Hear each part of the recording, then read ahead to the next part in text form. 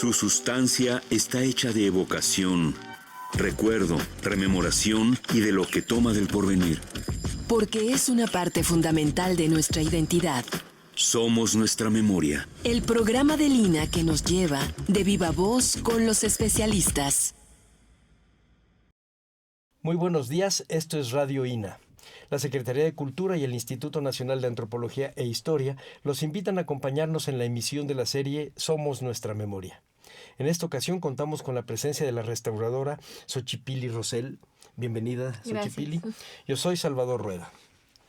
Vamos hoy a hablar de un asunto realmente fascinante, Xochipilli, que es, del libro en donde se explica lo que es el camarín de la Virgen de Loreto del antiguo colegio jesuita de Tepos y el proceso de estudio de recuperación de sus símbolos, de sus pesos simbólicos, pero también de la parte material, que eso es lo que a ti te tocó.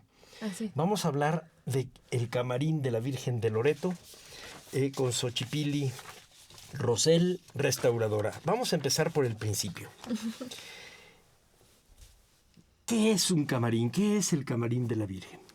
Bueno, los camarines, antes que nada, gracias a todos, gracias por la invitación, gracias por estar aquí contigo, Salvador. Gracias. Y platicar un ratito de nuestro hermoso inmueble que tenemos allá en Tepoztlán. El camarín es un espacio privado y de nada menos que de la Virgen María. Entonces, hay diferentes camarines en el mundo. Especialmente el de Tepoztlán es para la Virgen de Loreto. Uh-huh. Este camarín está atrás de la casa, ¿no? Y como cualquier cuarto, ¿no? O sea, está primero la casa, ¿no? En la sala de estar, y atrás de la casa de Loreto se encuentra el camarín de la Virgen, donde se bajaba la Virgen y era el cuarto donde le cambiaban las vestimentas, las joyas. Es decir, donde bajaban la imagen de la Virgen. Así es. Un camarín es, en una explicación literal, es una pequeña capilla. Es una capilla pequeña en miniatura, efectivamente un espacio más bien íntimo, más bien privado.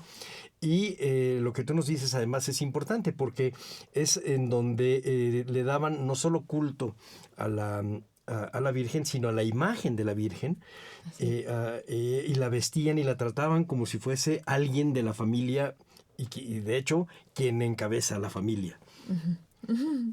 ¿Y qué más hacían en este camarín?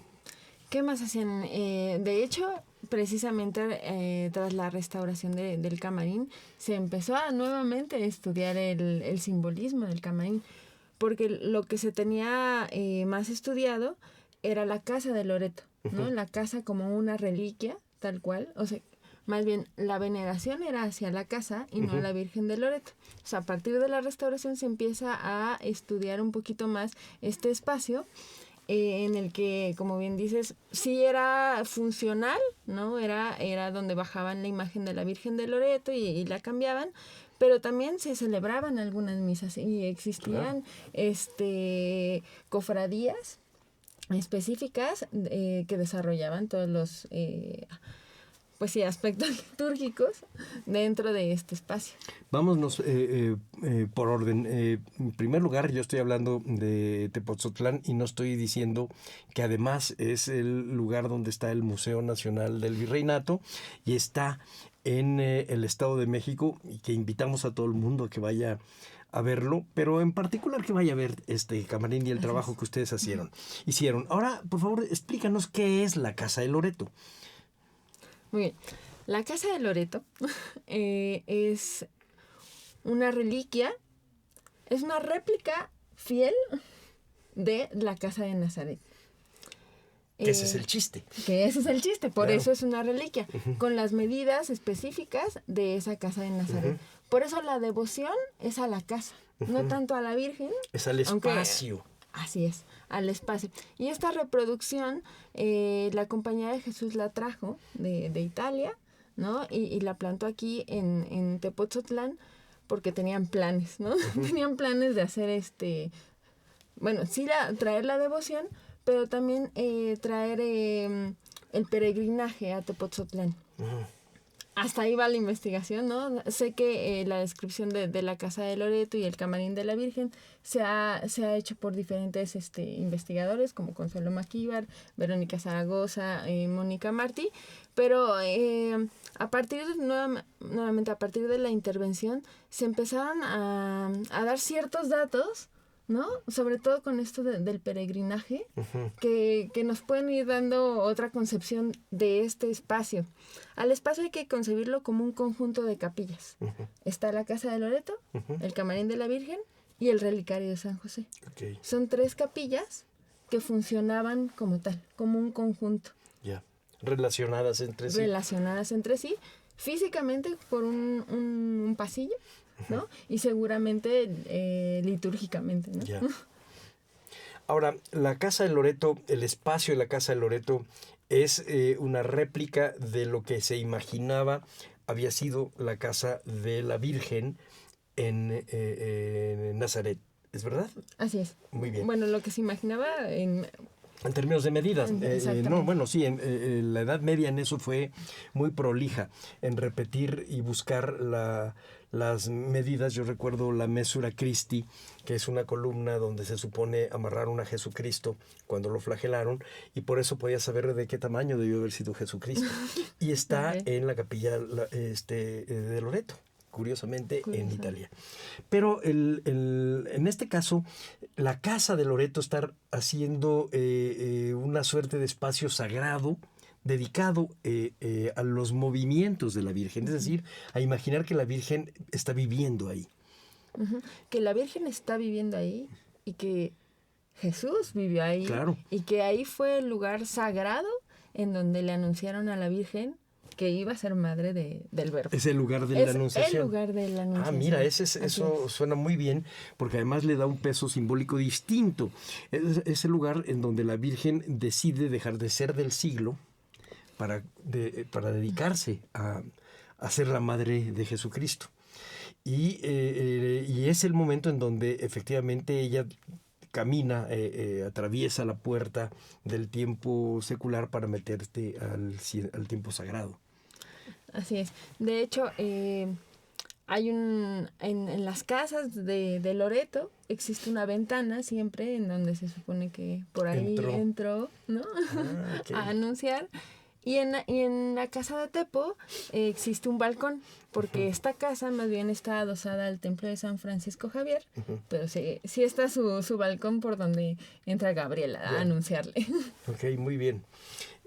Fíjate que eso además le da un sentido para mí especial en el sentido de lo que tengo que preguntarte, que es cómo era el entorno de la Virgen que ustedes tuvieron que ir restaurando, el entorno de lo visible y lo no visible en la casa de la Virgen, en este momento crucial en donde deja de ser una mujer, una muchacha común y corriente para convertirse, de acuerdo a las escrituras de Isaías, convertirse en la madre de Jesucristo, del Mesías.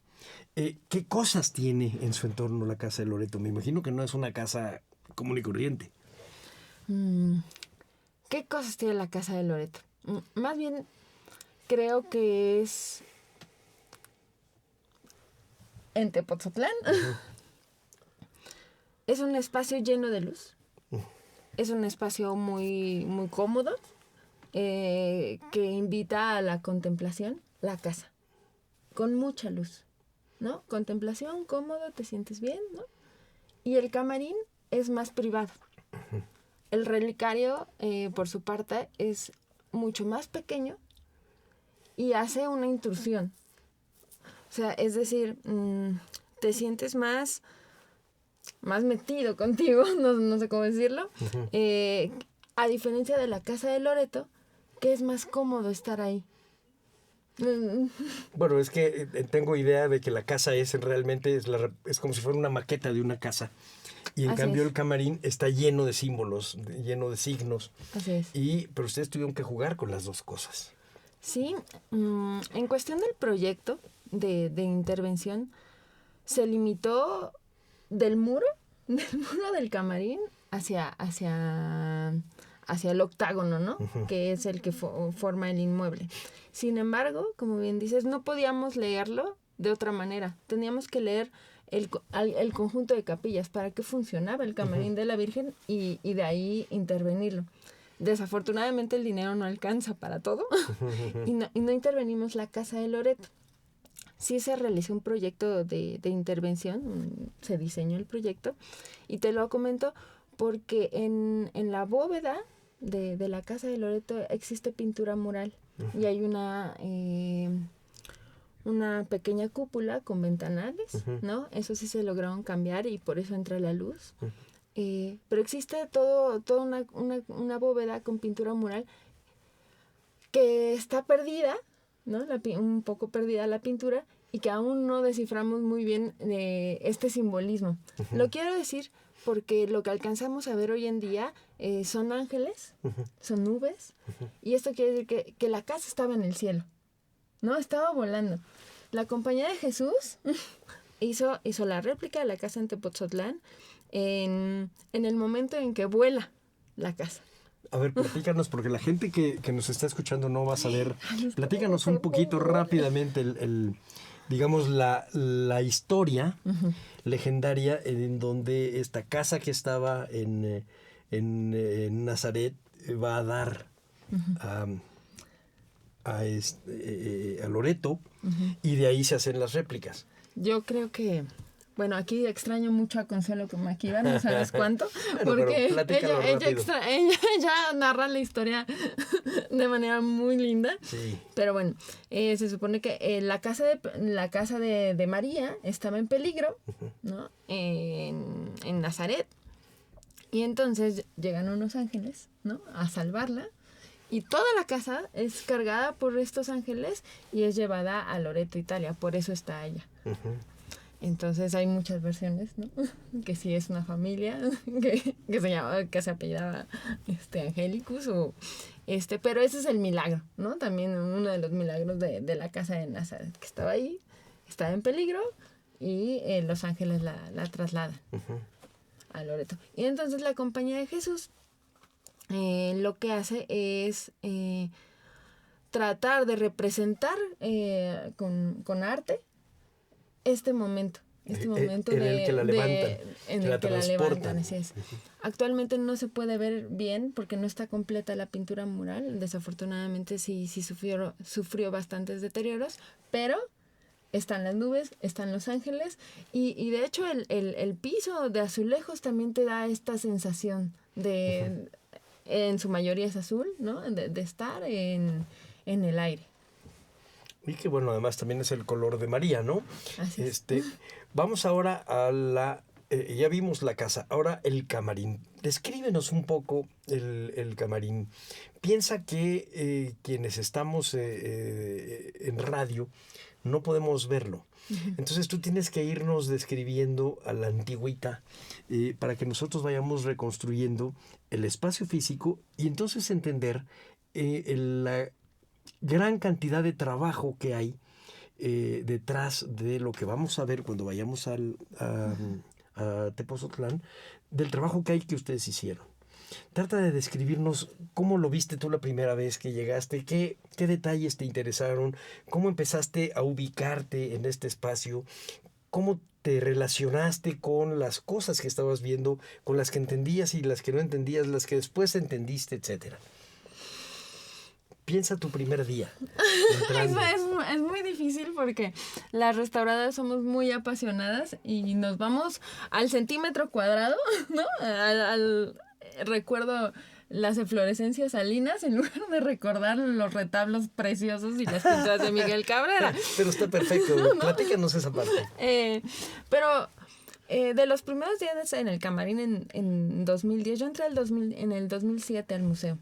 Pero desde el 2010 se empezaron a reportar daños en el camarín de la Virgen, sobre todo en el piso de azulejos. ¿Por la humedad o por qué? Por la humedad, específicamente por la humedad, y después nos dimos cuenta que más bien era por todas las intervenciones que había sufrido, ¿no? O que había tenido con aplanados de cemento, con planchas de cemento, con pinturas acrílicas, bueno, una variedad de diferentes materiales. Pero sí recuerdo muy bien el día, ¿no? Y de hecho la sensación, cuando ustedes vayan a Tepoztlán y pueden entrar a este conjunto de capillas, entras primero al templo de San Francisco Javier. Como es el recorrido del Museo Nacional del Virreinato, entras al museo, entras a una parte del colegio y después bajas a unas escaleras, entras por una puerta muy pequeña, y bueno, te sorprende el conjunto de retablos y el templo de San Francisco Javier. Te quedas anonadada, ¿no? Te quedas muy sorprendida de todo el conjunto. O sea, es un todo viviendo en un mismo instante. Caminas, ¿no? Disfrutas los retablos y del lado derecho está la entrada a este conjunto de capillas. En la entrada, en la parte superior, hay un mural, hay una pintura mural precisamente de la Virgen de Loreto y de su casa en pleno vuelo con los ángeles. Entras y de frente ves la casa de Loreto. Una rejilla, siempre te llama la atención una rejilla porque por ahí alcanzas a ver a la Virgen de Loreto, que tengo que decir que desafortunadamente no es la original, la que actualmente se exhibe, no es la original. No es la original jesuita. Así no es la original del siglo XVIII, cuya casa es, ¿no? Entras a la casa y te recibe un patio, digamos una antesala de azulejos, ves pintura mural y hay 2 pasillos, exactamente flanqueando la casa. El recorrido actual es hacia la derecha y el recorrido de peregrinos también era a la derecha. ¿No? También con la restauración del camarín, con este proyecto, se recuperó ese recorrido. Entonces, con los ritmos de los pasos y fíjate que eso es interesante porque recuperas además el sentido de espacio que se tenía cuando se construyó, es decir, debió tener un ritmo que es ligado y relacionado al fervor, a la oración, a la reflexión. Es decir, los peregrinos no caminaban por caminar, van llevando un ritmo, van llevando un paso porque el peregrino tiene un propósito, que no es nada más llegar a ese lugar, sino llegar para. Era para dar las gracias, para pedir, para ofrecer, para reflexionar sobre el misterio, pues de la pasión por un lado, pero también del nacimiento, de la encarnación, etcétera. Ese es lo atractivo de los peregrinos. Entonces, eso que hicieron fue recuperar algo que para mí es, yo lo diré de una manera como de literatura cubana, son los pasos perdidos. Pareciera novela de Carpentier, pero es eso. Es ir caminando lo que ya habíamos olvidado. Porque no solo se olvidó cómo era y pusiste un piso de cemento que después resultó contraproducente, olvidaste a los peregrinos para lo cual fue pensado esa ruta que ahorita nos estás narrando. Y eso me parece una recuperación pues fantástica y muy importante. O sea, lo que me estás platicando no es la ruta de un museo, me estás platicando la ruta de un peregrino. De un peregrino, así es. Y que de hecho entraba por la puerta principal de Tepoztlán, aunque sí, también tenemos otra hipótesis por las evidencias. Y precisamente en estos pasos también existían rituales. Entrabas y como decías, iban a pedir, iban a orar, y lo primero que hay que hacer cuando pides y oras es hincarte. Cuando uno se hinca en frente de la casa de Loreto, ves a la Virgen, te queda directamente el tiro a la Virgen y la corona, la ventana del camarín. Es decir, la luz entra por atrás de la Virgen y esa es su corona, en realidad. La luz que entra en el camarín de la Virgen. Esto también lo descubrimos, ya que el arquitecto que desarrolló que ejecutó el proyecto, vio las evidencias de las ventanas, de las 8 ventanas que tiene el camarín. Y me regreso al camino, ¿no? Del peregrino. Una vez que entras a estos pasillos hacia la derecha, entras en la primer puerta de la casa de Loreto. La casa de Loreto tiene 4 puertas, 2 al frente y 2 en la parte de atrás. Creemos que por donde entraban era en la parte de atrás para acercarse más a la Virgen y pedirle, orarle. Como sucede en Montserrat, por ejemplo, ¿no? Que estás muy cerca de la Virgen Negra. Te persinas, pides, sales y podías entrar al relicario de San José. Pero no estamos ciertos de que pudieras entrar al camarín de la Virgen. Ya. Porque era un espacio Privado. Privado. Sí. y a mí me encanta hablar de la evidencia material, porque soy restauradora, ¿no? Y una evidencia de esto es que las puertas del camarín de la Virgen están decoradas al interior. Y al exterior no.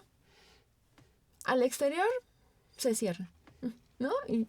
Y no ves nada más. Alcanzas a ver, alcanzas a vislumbrar algunos ornamentos, algunos estucos, pero nada más, ¿no? Se cierra. ¿Pero era para que lo viera algún sacerdote o era dedicado a la Virgen? Era para que lo viera la Virgen. Era para que lo viera la Virgen. Ya. Aunque tenemos también hipótesis de que se celebraban misas para la cofradía, Ya. ¿no? De la Virgen de Loreto. Además, el espacio es muy pequeño, Sí. muy pequeño para celebrar una misa con muchas personas, ¿no? O a lo mejor solo pasaban los peregrinos entrada por salida, ¿no? Actualmente puedes entrar al camarín de la Virgen, las puertas están abiertas y entonces sales de la casa de Loreto y entras al camarín por estas pequeñas puertas. Lo primero que te sorprende es que el espacio es muy pequeño y lleno de ornamentos, lleno. Hay estucos policromados, estucos con corladura. La corladura es una técnica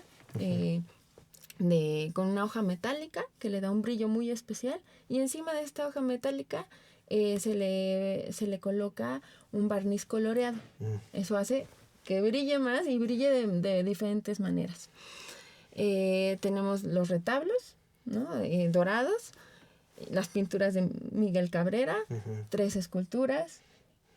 Y cuando entras y te pones exactamente en medio, la cúpula la doble cúpula, ¿no? Que corona el camarín es rematada por por el Espíritu Santo. Son 16 metros del piso de azulejos a la paloma del Espíritu Santo y 16 metros que te envuelven por completo, ¿no? En un sentido de caminas junto con todo este barroco.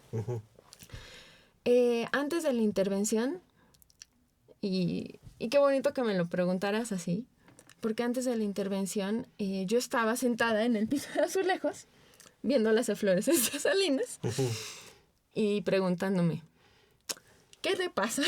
¿Qué te pasa, camarín? Sí. Porque no solamente es este azulejo, eres todo. Y era muy oscuro el lugar.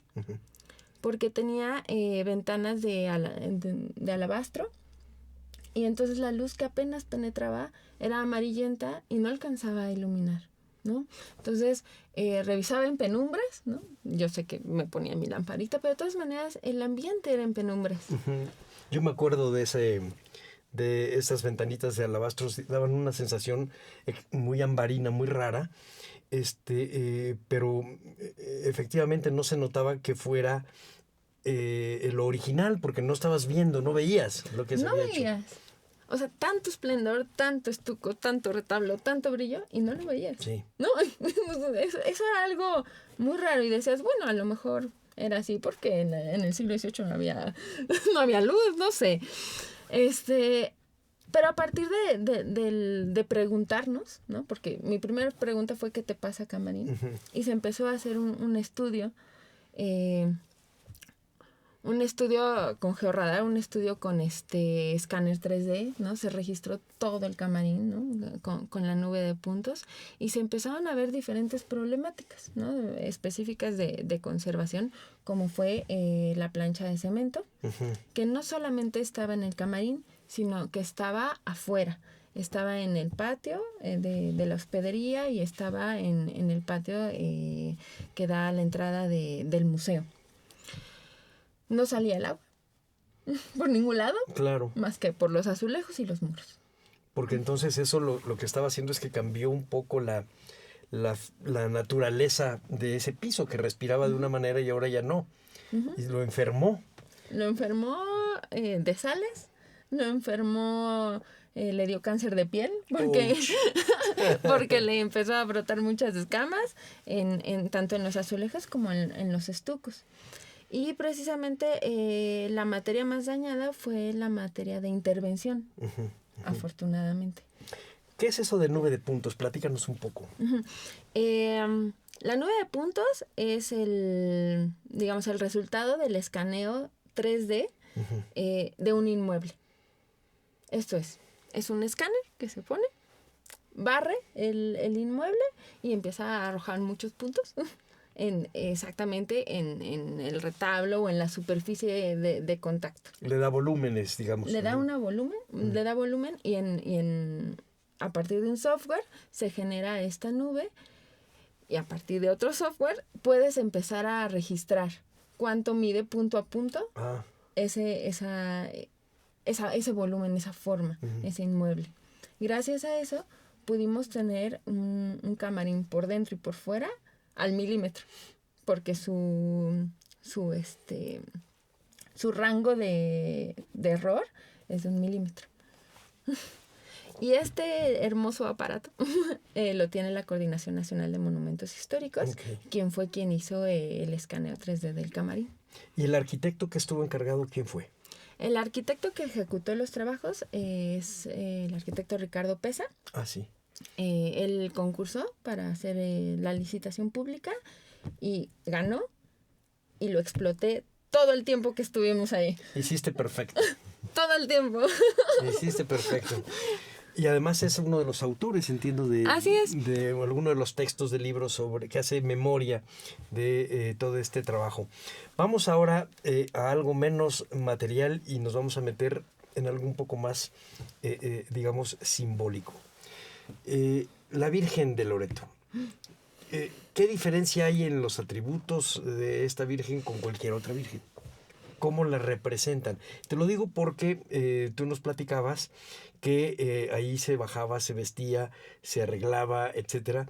Y bueno, entonces tenía que tener además una serie de características. No la podías vestir de china poblana, tenía que ser vestida de cierta... ¿Qué atributos tiene la Virgen de Loreto que la hace, digamos, una imagen de devoción distinta a las otras? Bueno, ya ves, dijiste que no me ibas a preguntar cosas que no iba a estudiar. No, pero esa te la sabes, las has visto.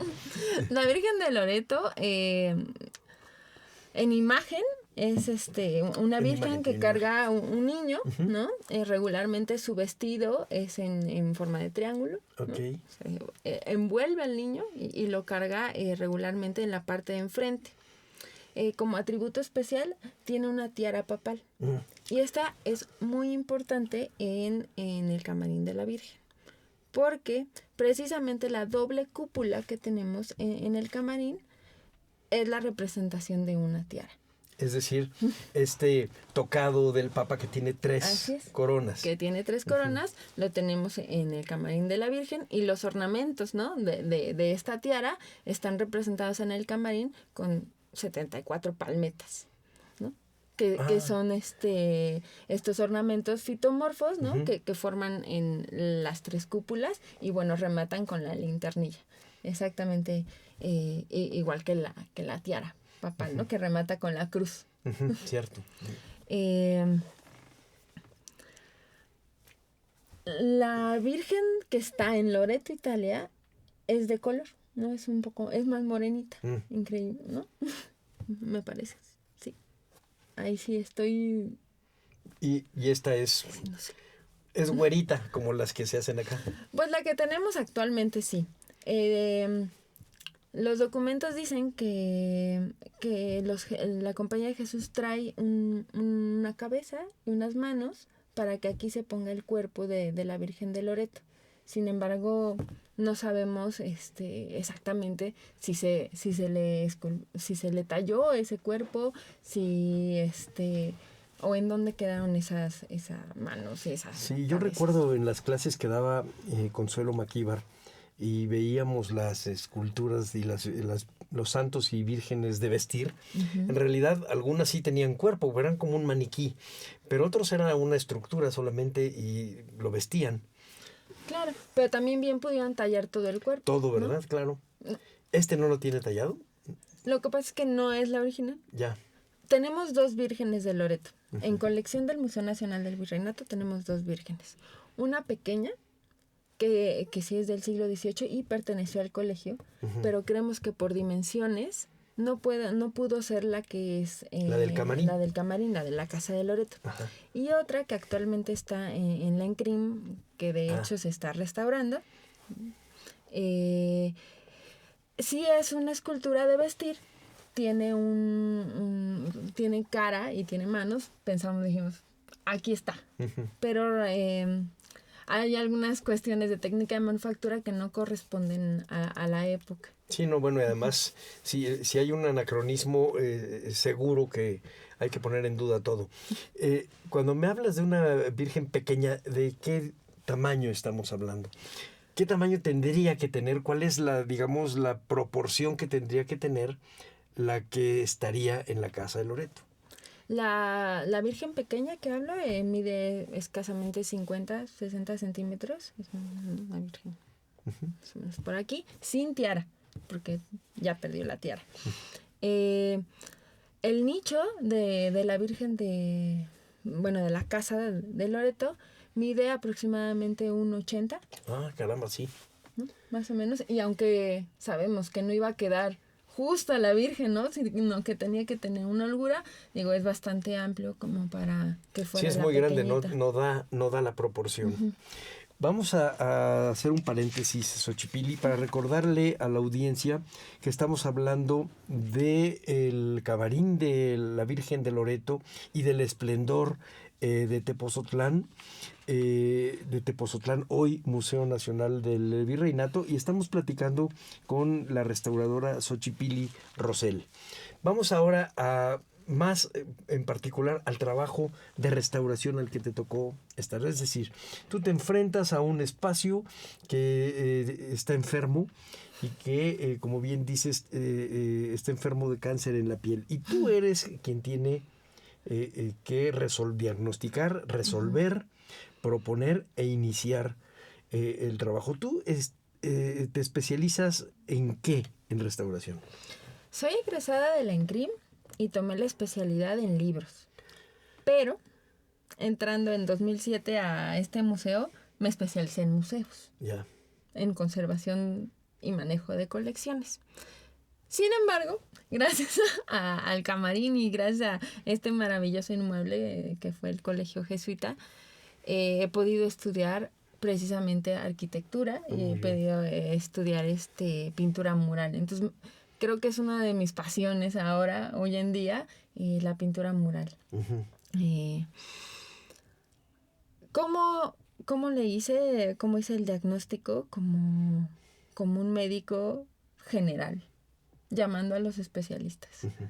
No podía ser de otra manera, porque yo tenía muchas preguntas. Más que respuestas, más que un diagnóstico, tenía preguntas. ¿Por qué hay sales? ¿Por qué se está desprendiendo? ¿Qué es lo que yo veo allá arriba? ¿Hay pintura original? ¿No hay pintura original? ¿Qué tipo de pintura le pusieron? ¿Acrílica, vinílica? ¿Qué hacemos con ella? ¿La quitamos? ¿Y cuánto dinero tengo para hacer todo eso? Si es posterior, cuando la pusieron, ¿por qué usaron esos criterios? Así me imagino ya todo el listado de preguntas que tenías antes de empezar siquiera a pasarle un poco de algodón con un palillo y ver qué tenía. Antes precisamente de eliminar o de fijar cualquier escama, me pregunté todo eso. Dije, necesito respuestas. Porque si yo le pongo cualquier cosa, para mis compañeras restauradoras que me escuchan, para Lloyd, resina, lo que sea, para poder fijar esa escama, solamente es un paliativo. Solamente le estaba poniendo un curita a alguien que tiene cáncer. Entonces, bueno, pero con ese curita ya no se le caía la nariz. Así que estaba bien. Con ese curita solo tapaba que tenía una herida. Muy bien, muy bien. Y entonces empezamos a conjuntar especialistas, ¿no? Como el doctor Ortega, que hizo en varias temporadas un análisis con georradar, a la Coordinación de Monumentos Históricos, que hizo el escáner 3D. Y en 2015, en 2015 se hizo el primer proyecto de intervención en la cúpula del camarín al interior. La gestión de los recursos fue por la directora en ese entonces, Sara Gabriela Vaz, quien yo creo que dio el banderazo de salida para toda la intervención. Nos subimos a la cúpula con los andamios que comentábamos afuera del aire. Me pusieron el equipo de museografía también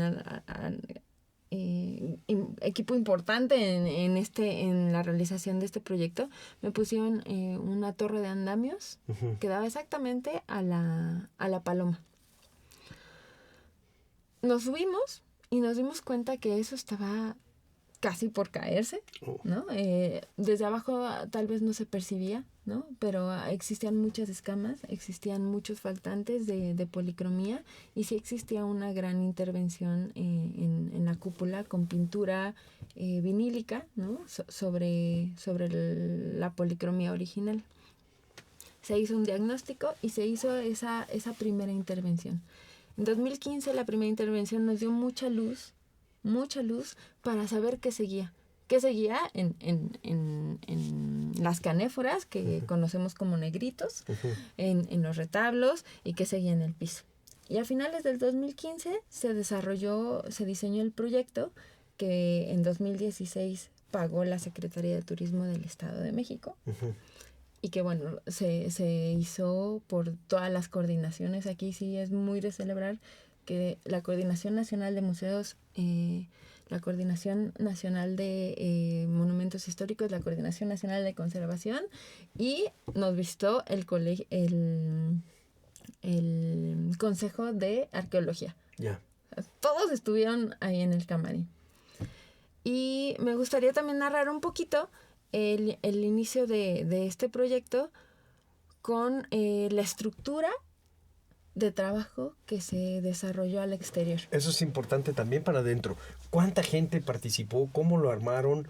Porque bueno, estás hablando del 2015. No es tanto tiempo para la complejidad de la intervención y de la enfermedad que tenía. Sí, platícanos bien cómo empezó, cuánta gente había, quiénes son los que estuvieron permanentemente, quiénes iban y venían, supervisaban, etcétera. Y luego, exactamente, ¿qué hacías tú? Ok. Éramos más de 40 especialistas adentro, y decimos más de 40 porque estamos tomando en cuenta a los maestros albañiles, a los arquitectos. Eran, sin mal no recuerdo, 6 arquitectos, 30 restauradores de las 3 escuelas que hay en nuestro país, en CRIM, ECRO y San Luis Potosí. También había técnicos en restauración, 2 arqueólogos, un administrador, y eso es muy importante decirlo también, un administrador, 3 ayudantes, 8 museógrafos, todos ahí, en el camarín. Y bueno, los supervisores éramos Dora Méndez, de la Coordinación de Conservación, Antonio Mondragón y Guillermo Fuentes, de la Coordinación de Monumentos, Mónica Martí como asesora de la Coordinación de Museos y Exposiciones. Quien además había trabajado ahí en Tepos años. Se conoce perfecto. Así es, y emocionadísima Sí. de la intervención. Verónica Zaragoza, como historiadora y asesora también del proyecto, y una servidora como supervisora de la intervención de los bienes muebles y asociados. Empezó el proyecto a ejecutarse en agosto del 2016, o sea, a mitad del año. La primera mitad del año fue diseño de proyecto, licitación, administrativo y tú sabes más que nadie el papeleo que cuesta llegar a ese primer momento y al banderazo de salida. Y en agosto, a finales de agosto se empieza a construir una estructura de trabajo. Esto era un concepto específico, diseñada específicamente para trabajar al exterior del camarín y cada una de las 74 palmetas. Esto es, la estructura se desplantó desde el piso con 4 enormes vigas, ¿no? Seguramente el arquitecto me regañará porque no me sé los tecnicismos, pero eran 4 enormes vigas que se desplantaron desde el piso, la fueron subiendo y empezaron a armar la estructura a centímetros del camarín. Yo moría de la angustia, pero a centímetros del camarín, los expertos armaron toda una estructura de trabajo para que el restaurador pudiera llegar, subirse, estar cómodamente sentado. Y esto lo digo no porque seamos unas princesas, sino porque el trabajo de intervención también tienes que tener una postura cómoda para llegar al bien y hacer el trabajo. Hace rato estábamos platicando de los andamios de Miguel Ángel en la Capilla Sixtina, cómo le lastiman el cuello porque tenía que estar pintando a centímetros del techo, porque así es como armaron el andamio, porque de otro modo no se podía detener, no se sostenía. Entonces, para que pudiera sostenerse, tuvieron que hacerlo casi pegado al techo. Así es, estábamos a centímetros de las palmetas, teníamos mucho espacio para poder trabajar, para poder discutir.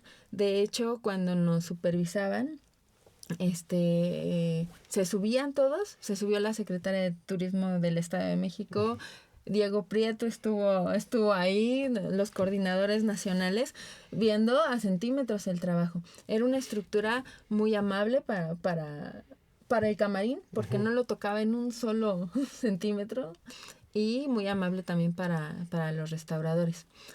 Esta estructura, además de acercarnos, nos permitió observar y encontrar algo que para todo el equipo fue muy importante, que son los vestigios de pintura mural al exterior.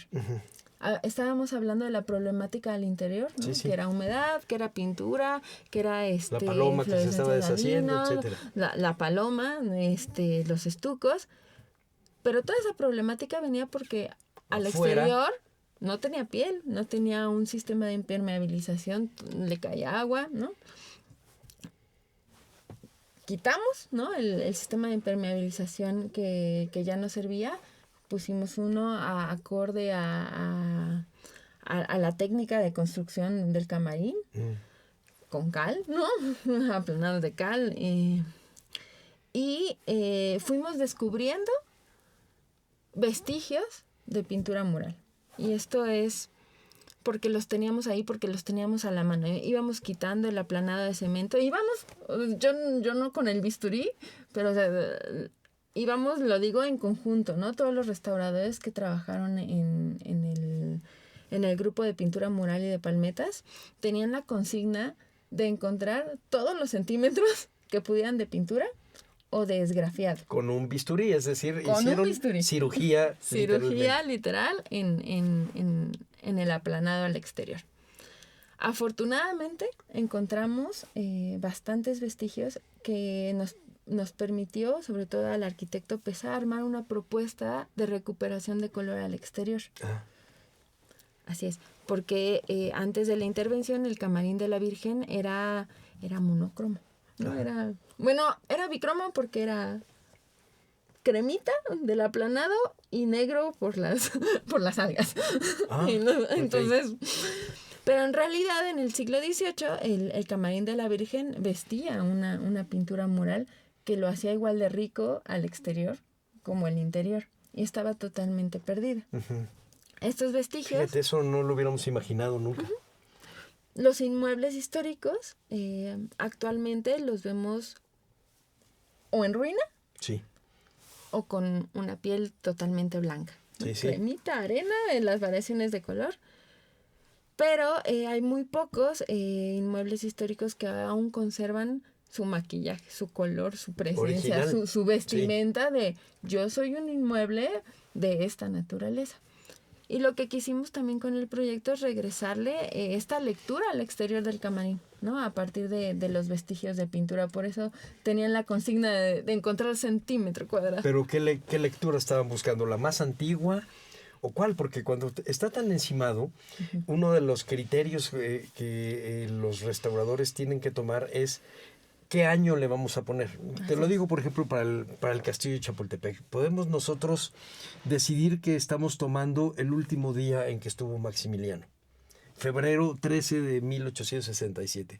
Pero también podemos decidir el día de principios de 1908, en donde Porfirio Díaz dio la entrevista a James Kirillman. Y es el inicio de la revolución. O podemos dar el día en donde Venustiano Carranza decide que se tira el colegio militar y se pone, en 1916, se ponen los arbotantes. O podemos decidir el día en donde Lázaro Cárdenas Bueno, todas esas cosas han dejado distinta huella. Y tenemos que decidir exactamente qué rostro es el que estamos viendo, ¿me entiendes? O sea, ¿se lo vamos a dejar cuando era una muchacha? ¿Se lo vamos a dejar cuando era una mujer joven, una mujer joven madre? ¿O se lo vamos a dejar como una madura? ¿O se lo vamos a dejar en ruinas como anciano? Porque todos esos finalmente pueden ser criterios válidos. Dependen de la idea de mundo. Te voy a platicar. Una de las cosas que a mí me llamaba mucho la atención en el INA era que yo podía ir, por ejemplo, a Tepozotlán y ver un edificio color café, que sería, digamos, como debió haber estado hacia 1820 o 1920. Es decir, cuando ya ni siquiera la iglesia tenía el poder que había tenido. Pero iba yo a Oaxaca y veía un templo recién restaurado como si fuera del siglo XVII. Y entonces tenías dos criterios totalmente diferentes y los dos podían valer. Uno, el que te da el gusto de lo arruinado y te está dando la historia real, y el otro que le está haciendo cirugía plástica. Pero las dos pueden funcionar. ¿Cuál es el que decidieron ustedes? O sea, ¿cuál decidieron en esto ir centímetro a centímetro, irte por la pintura? ¿Qué color y qué momento del edificio estaban ustedes decidiendo? Creo que primero decidimos encontrar. No, claro. Buscar y encontrar, porque no se sabía nada de ese inmueble. Sabíamos que tenía pintura mural, como cualquier inmueble histórico, ¿no? Que tenía su piel y que tenía su rostro y su vestimenta. Pero no sabíamos cómo era. No teníamos una sola idea de cómo era. Entonces, lo primero que decidimos hacer es busquemos. Busquemos cómo era. Una vez encontrados esgrafiados y pintura mural, armemos el rompecabezas. Siempre íbamos pasito a pasito. A partir del rompecabezas, se lo presentamos a la coordinación de monumentos, a la coordinación de conservación y nosotros, y discutimos. Y precisamente se dio esta discusión de ¿qué hacemos? ¿A qué punto lo dejamos? Y salió algo muy lindo que es, estamos en un punto de la historia. Los restauradores siempre estamos metidos en un punto así pequeñito de la historia de los inmuebles. Claro. Pequeñito, ¿no? Porque yo 2016 no soy nada en comparación a la vida que tiene el camarín. Pero es un punto crucial porque le cambias. Le cambias la percepción y le cambias el mensaje que le vas a dar a cualquier visitante, llámese experto, llámese habitante de Tepozotlán, llámese restaurador, el que sea, se lo vas a cambiar. Entonces, como punto en la historia, ¿qué íbamos a decidir? Dejarlo en un color, ¿no? Como estaba, ¿no? Como la gente de hace 50 años lo recordaba. O dar esta evidencia tal cual, sin reintegrar más, sino solo exponer la evidencia, reintegrar todo en su totalidad, o lo que hicimos, ¿no? ¿Qué fue? Sí regresar a un punto en el que se ve la evidencia material de la pintura mural, pero reintegrada en donde sabíamos que iba. Y esto es solo un 40%. Estimamos que es un 40% de la pintura mural. Temporalidades encontramos 2. Seguramente la de mediados del siglo XVIII y la de finales del siglo XVII. Esto es. Decimos esto porque no estamos certeros de la fecha, ¿no?, en la que se remodeló el camarín por fuera, y porque los vestigios de la temporada anterior, a la que ahorita podemos ver, eran muy escasos. Uh-huh. En realidad encontramos más vestigios de mitades del siglo XVIII. Digamos, el momento en donde los jesuitas van a salir. Así es. Ahorita podemos ver un camarín que vio expulsada a la Compañía de Jesús. Okay. Bueno, el 40% de pintura mural del camarín. Y lo decidimos hacer porque creemos más bien que el camarín se tenía que vestir por fuera como era por dentro. Sin embargo, no teníamos todas las herramientas ni todas las prendas para vestirlo. Sí. Y era o vestirlo como estaba, ¿no?, con las prendas que teníamos, o dejarlo desnudo otra vez. Y finalmente, dejarlo desnudo otra vez era decidir darle una lectura al inmueble que no tenía. Esa es una. Y la otra, que es, digamos, una parte del trabajo que hacemos nosotros, es... si lo dejas desnudo, lo estás desprotegiendo. Al rato vas a tener las piedras, uh-huh, el cadáver de las piedras. Así piedras muertas. Porque pues el trabajo en Lina es conservar y proyectar a futuro. Yo te estoy picando la cresta para que me digas qué momento del pasado escogieron, porque ese momento del pasado es lo que ustedes están proyectando para el futuro. Uh-huh. La manera como ustedes lo están reconstruyendo está dando la idea que un niño de 10 años hoy va a tener dentro de 50 de lo que debió haber sido el colegio de los jesuitas, ¿me entiendes? Es una responsabilidad grande, sí, porque aunque estés en un puntito de la historia, no estás en un puntito tan chiquito. En realidad estás en un punto en donde irradia tiempo para atrás y para adelante. Entonces los criterios son importantes y no pueden ser tan contingentes. Yo pienso que Lina durante años sí tomó decisiones contingentes, es decir, y casuísticas. Lo hacía para cierto tipo de piezas, escogías y hacías un diagnóstico y dabas una temporalidad, y para otro hacías otro. Y últimamente que se han ido siendo más críticos con su propio trabajo, decidir qué es lo que van a hacer y cómo lo van a hacer es más complejo. Decidir qué materiales van a usar es más complejo. Pues claro, a veces es de prueba y error, ¿no? Usabas la plancha de cemento. O es lo que conocían, eso es lo que hace funciona, 30 años eso o 40, es lo que dura. ¿no? Uh-huh. Claro. Así y ahora sabemos que eso pegó durísimo. Uh-huh. Hasta para los temblores. Eso pegó durísimo. Esas planchas de cemento tiraban varias cosas. Sí, claro. Sí. Y entonces, bueno, pero en su momento funcionó. Quizás si no hubieran puesto esa plancha de cemento en ese momento, ya no existiría el edificio.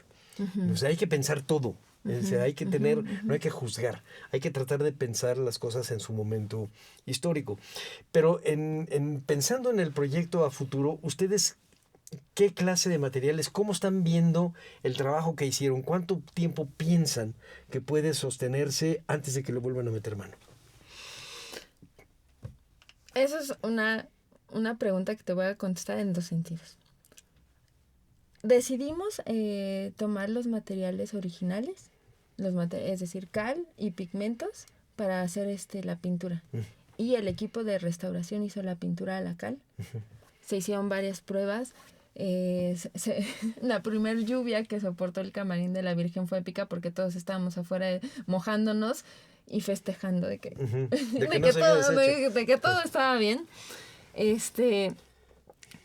Las fórmulas fueron precisas, ¿no? Por Ana Paula, la restauradora encargada del grupo de pintura mural. Y lo decidimos hacer así porque los vestigios nos estaban diciendo: estoy aquí más de 300 años, he soportado cal, he soportado lluvias, he soportado el sol, he soportado cemento arriba de mí y aún estoy aquí. Confía, ¿no? Confía en mí. Entonces le apostamos a la técnica tradicional de pintura a la cal al exterior.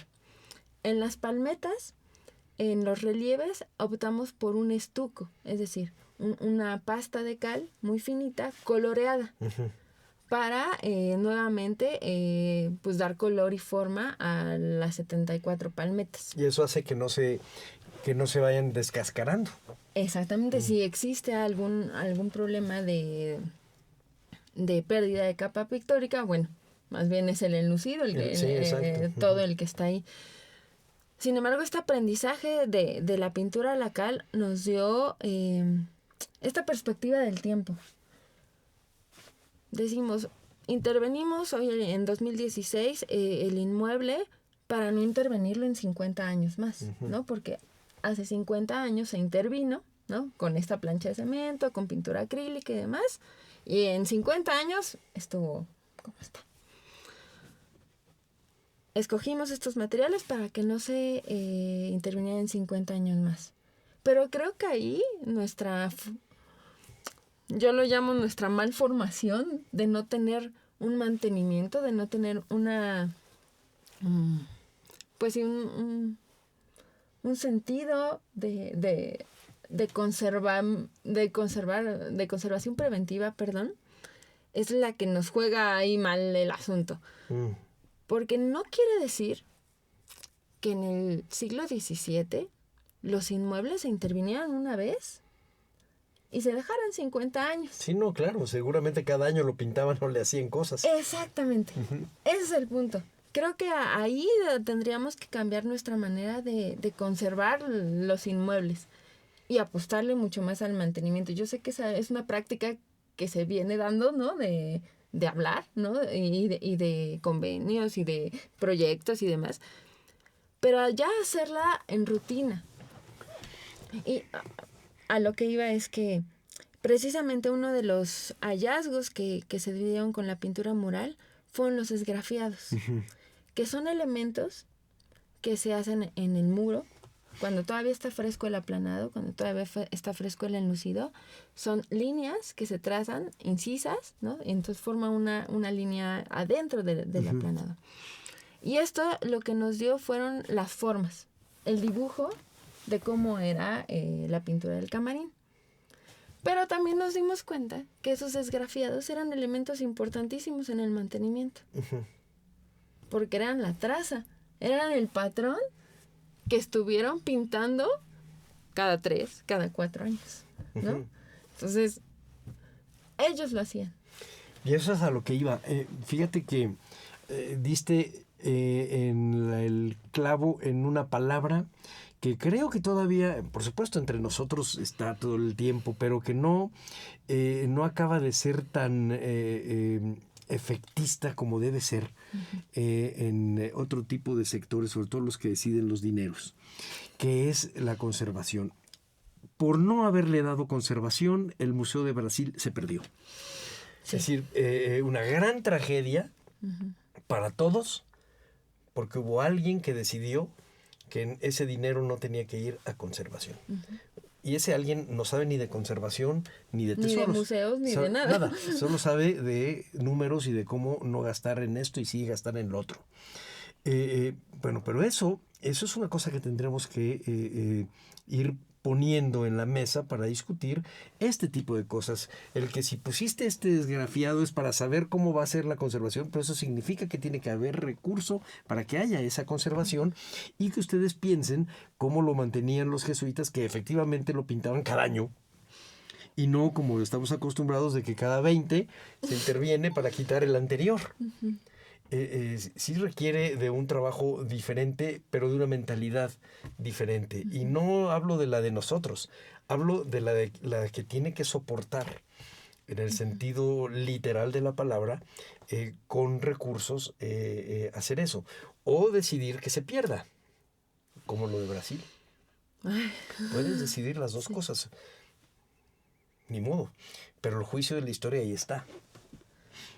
Es muy fuerte. No, sí, pero por supuesto que es fuerte. Entonces tocaste algo que a mí sí, me llama la atención, pero más después de lo que acaba de suceder. Bueno, es una cosa que es inaudita. pero que ustedes lo tienen en su bitácora y que hay que darle seguimiento. Y fíjate que ahora que lo cuentas y como nos lo estás explicando, yo oía hace años a Sara Vaz que nos platicaba del proyecto del Camarín, etcétera, pero ahora que como lo estás tú ya resolviendo, ella lo contaba cuando estaba sucediendo, pero ahora que lo estás tú platicando ya con su punto, digamos, su cierre en este primer proyecto ya de restauración y no de, o sea, de intervención y no ya de simplemente de conservación, veo que es enorme, es un magno proyecto y que se ha convertido en un libro que debe ser leído por todos nosotros. Es decir, que entendamos que para que haya una buena transformación y uso de los edificios necesita haber un proyecto transversal. Entran los historiadores, entran los arquitectos, entran los albañiles, entran los restauradores, distintos tipos de restauradores, muchísimas cosas. Pero luego pasan cosas imponderables. Es decir, la naturaleza sigue siendo mayor que nosotros. Y de repente viene un sismo, ¿y qué hacemos? ¿Qué pasó con el Camarín en el sismo? Afortunadamente, nada. Se mantuvo el señor en pie, se mantuvo con todos sus ornamentos.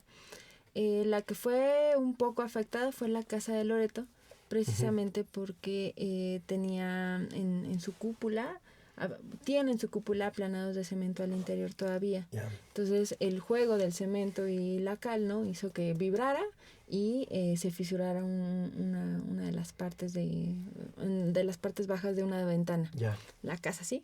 El camarín está Pero no le podemos echar impecable. la culpa a Los Ángeles de que cuando volaron la dejaron caer tantito, ¿no? Y que la cargaron Sí, de la manera cargaron diferencial. chueco, sí. Bueno, vamos a hablar un poquito del libro. Me gustaría que nos invites a conocer este libro. Se llama Esplendor de Tepozotlán, el Camarín de la Virgen de Loreto. Es un libro de varios autores, la doctora Consuelo Maquíbar, Sara Vaz, Mónica Martí, Verónica Zaragoza, Xochitl Pili Rosell y Ricardo Pesa. Entre todos ustedes, más las fotografías de Calo. Y bueno, de Calo, y estaba yo viendo aquí de Javier Hinojosa, Bertis, Umelia Hernández, en fin, ahí es un gran equipo para hacer un libro espléndido que nos gustaría que nos invites a leerlo. Bueno. ¿Dónde lo podemos conseguir? Okay. ¿Qué importancia puede tener que lo tengamos no solamente para que esté arriba de una mesa, sino que lo leamos? Lo podemos conseguir en cualquier librería Educal y en la librería de Lina. Tenerlo va a ser un testimonio de lo que pasó en el Camarín desde la época de Guillermo Caló hasta el 2016. Es decir, desde principios del siglo XX Así es. hasta 2016. Ok. Con el proyecto de intervención. Va a ser un conocimiento, va a ser el aporte del conocimiento de una cronología específica del Camarín, ya que el arquitecto Ricardo Pesa desarrolla en planos cómo se fue construyendo este conjunto de capillas. Muy interesante. La doctora Consuelo Maquíbar describe de manera hermosa el interior del Camarín, ¿no? Así también como su cronología.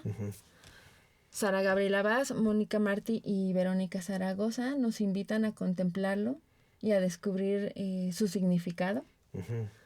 Y Ricardo Pesa y una servidora narramos precisamente todo el proceso de intervención desde una parte no tan técnica, una parte como experiencia de un arquitecto y una restauradora interviniendo un inmueble histórico.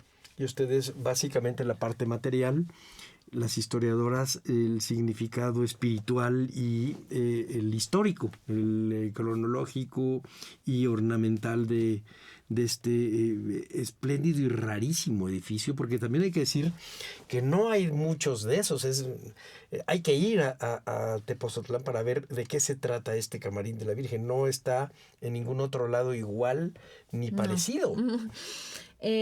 tiene un hermanito en San Miguel de Allende, pero no hay ninguno como él. No hay ninguno como él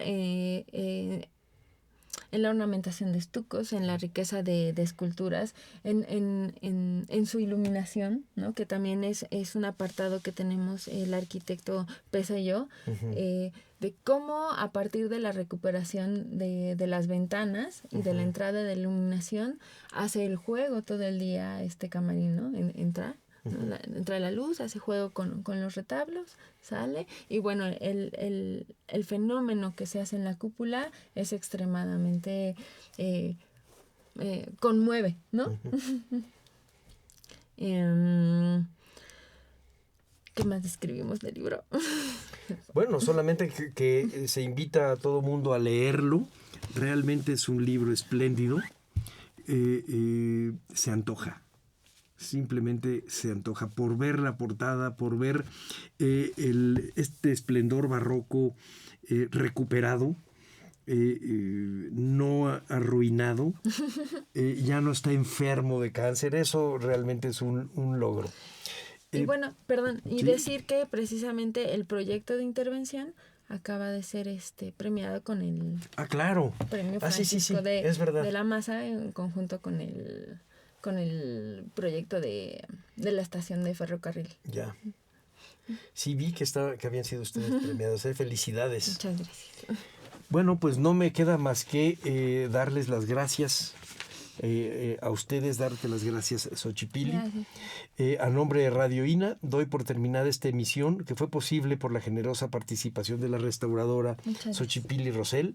Gracias a nuestros escuchas por su atención. Les sugerimos consultar más de nuestra producción a través de www.radio.ina.gov.mx. En la realización, la Dirección de Medios de Comunicación a través de la Subdirección de Radio INA con Gabriela Marentes al frente. En la producción, Evanimaldo Morales. En los controles técnicos y edición, Rubén Martínez. En el apoyo, Marta Hernández, Paula Bedoy y Jerónimo Cuevas. Yo soy Salvador Rueda. Hasta la próxima. Las opiniones y comentarios aquí expresados son de entera responsabilidad de quienes proporcionan la información y no representan necesariamente las opiniones de Radio INA ni comprometen el pensamiento editorial del Instituto Nacional de Antropología e Historia.